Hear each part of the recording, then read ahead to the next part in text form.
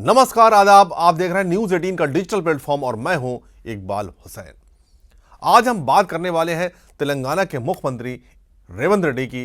रेवंत रेड्डी एक ऐसे बयान की जिसने सियासी गलियारों में नई बहस छेड़ दी है। यह बयान न सिर्फ अल्पसंख्यक राजनीति से जुड़ा है बल्कि आने वाले चुनाव, आरक्षण और वोट बैंक की राजनीति पर भी बड़ा सवाल खड़ा करता है। रेवंत रेड्डी ने कहा कि कांग्रेस हमेशा मुसलमानों के साथ खड़ी रही है। उनकी सरकार अल्पसंख्यकों के लिए 4% आरक्षण बचाने की पूरी कोशिश कर रही है और अगर उन्हें कोई रेवंत उद्दीन कहता है तो इसमें कोई आपत्ति उन्हें नहीं है।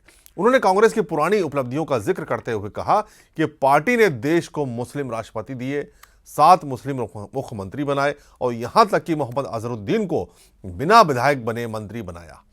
यह बयान उन्होंने जमीयत उलेमाए तेलंगाना की एक बैठक में दिया, जहां उन्होंने हेड स्पीच के खिलाफ नया कानून लाने का भी ऐलान किया। जगह पे मुसलमानों के और 4% जो रिजर्वेशन हमने दिया, 4% रिजर्वेशन बचाने के लिए हम लोग मेहनत कर रहे हैं। मुसलमानों को जो जो जब जब जरूरत है सब कुछ कांग्रेस पार्टी ने दिया। इस देश को राष्ट्रपति मुसलमान को कांग्रेस पार्टी ने बनाया। 7 मुख्यमंत्रियों को इस देश में कांग्रेस पार्टी मुसलमानों को बनाया। मेरा कैबिनेट में शब्बीर भाई को मंत्री बनाने के लिए निजामाबाद अर्बन चुनाव में हम चुनाव लड़वाए। मैं कामारेड्डी, मेरे लिए शब्बीर भाई ने कुर्सी छोड़ा था कामारेड्डी असेंबली में, मगर हम केसीआर को हराए, हम नहीं जीत सका। आप लोग शब्बीर भाई को नहीं जिताया। फिर भी मुसलमानों को मंत्री बनाने के लिए मोहम्मद अजहरुद्दीन को बिना एमएलए बिना एमएलसी हम मंत्री बनाए। कल परसों हम उनको भी एमएलसी बनाने वाले हैं। इसीलिए इतने सारे 8 मुसलमान माइनॉरिटियों को हम लोग कारपोरेशन चेयरमैन बनाए। मतलब ये सरकार में बराबर मुस्लिम माइनॉरिटी को हिस्सा दे दिए। उनका हक है, उन लोगों का हक उनको पहुंचा दिए। इसीलिए आज कोई मुसलमान के भाई रेवंत को रेवंतुद्दीन कहे तो भी मेरे कोई परवाह नहीं है। मैं इसको अच्छी तरीका से मैं स्वीकार करता हूं। अब सवाल यह है कि क्या यह बयान सच में अल्पसंख्यक अधिकारों की पैरवी है या फिर सीधी सीधी वोट बैंक की सियासत।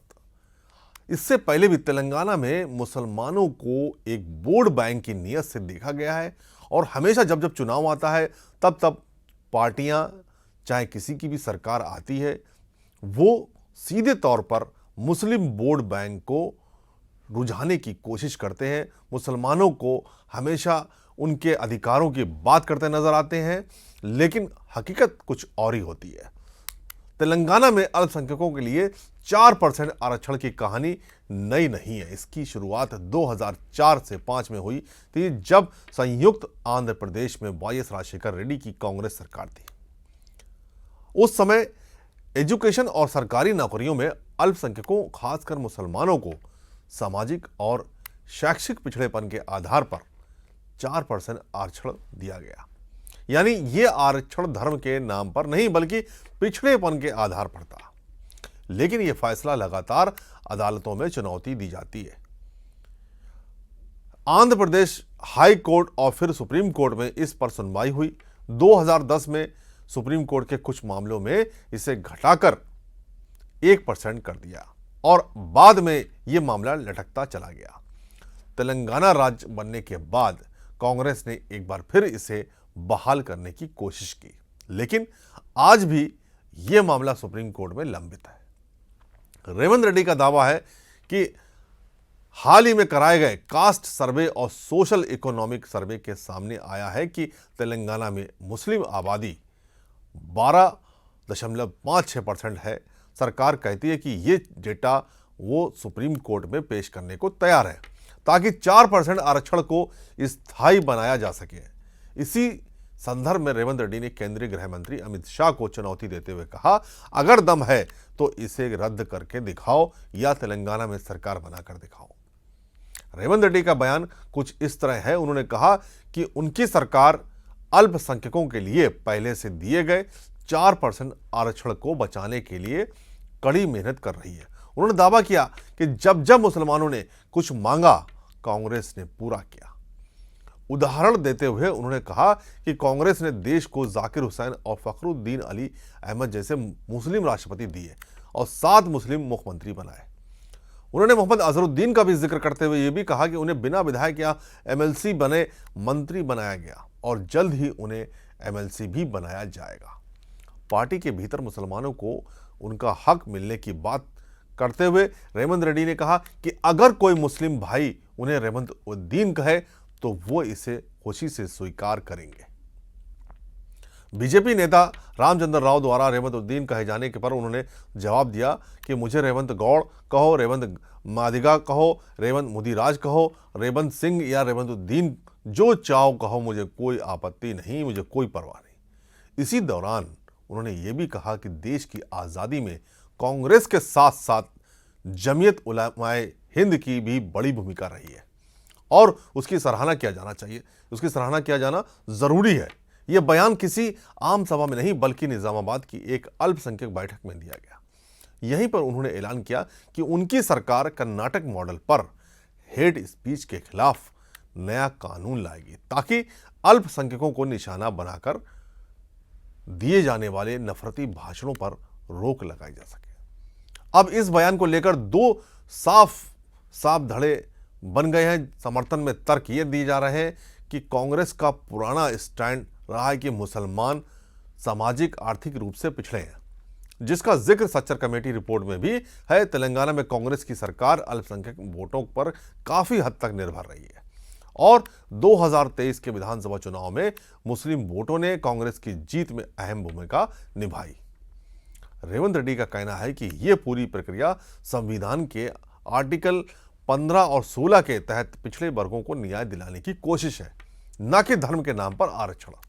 वहीं हेट स्पीच कानून को अल्पसंख्यकों की सुरक्षा के लिए जरूरी बताया जा रहा है, क्योंकि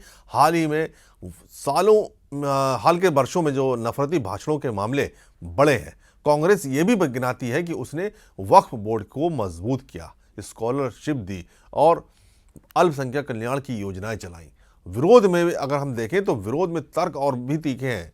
बीजेपी और बीआरएस ने इस बयान को लेकर खुलकर वोट बैंक पॉलिटिक्स कहा। बीजेपी का आरोप है कि कांग्रेस जिन्ना की 14 सूत्री नीति पर काम कर रही है। आलोचकों का कहना है कि आरक्षण धर्म के आधार पर नहीं दिया जा सकता और सुप्रीम कोर्ट के इंदिरा साहनी केस में 50% की सीमा और क्रीमी लेयर को सिद्धांत पहले से तय है। रेवंत रेड्डी का पुराना बयान कि कांग्रेस मतलब मुसलमान, मुसलमान मतलब कांग्रेस, फिर चर्चा में आ गया ये बयान, जिसे बीजेपी ने विभाजनकारी राजनीति करार दिया। बीआरएस का आरोप है कि कांग्रेस मुसलमानों को यह संदेश दे रही है कि कांग्रेस के बिना तुम कुछ नहीं, जो एक तरह की राजनीति गुलामी है। और रेवंत रेड्डी का यह बयान साफ दिखाता है कि तेलंगाना की राजनीति में अल्पसंख्यक फैक्टर आज भी बेहद अहम है। लोकसभा चुनाव और आने वाले म्युनिसिपल चुनाव से पहले कांग्रेस मुस्लिम वोटरों को एकजुट रखने की रणनीति पर काम कर रही है, लेकिन बड़े सवाल अभी बाकी है। क्या सुप्रीम कोर्ट 4% आरक्षण को बरकरार रखेगा? क्या तेलंगाना में वाकई हेट स्पीच के खिलाफ नया कानून आएगा? और सबसे बड़ा और अहम सवाल कि क्या ये रणनीति कांग्रेस को राजनीतिक फायदा देगी या फिर समाज में और ज्यादा ध्रुवीकरण बढ़ाएगी? अब आपकी बारी है, आप क्या सोचते हैं? ये अल्पसंख्यक अधिकारों की सच्ची लड़ाई है या फिर वोट बैंक की सियासत? अपनी राय कमेंट में जरूर बताएं। जय हिंद।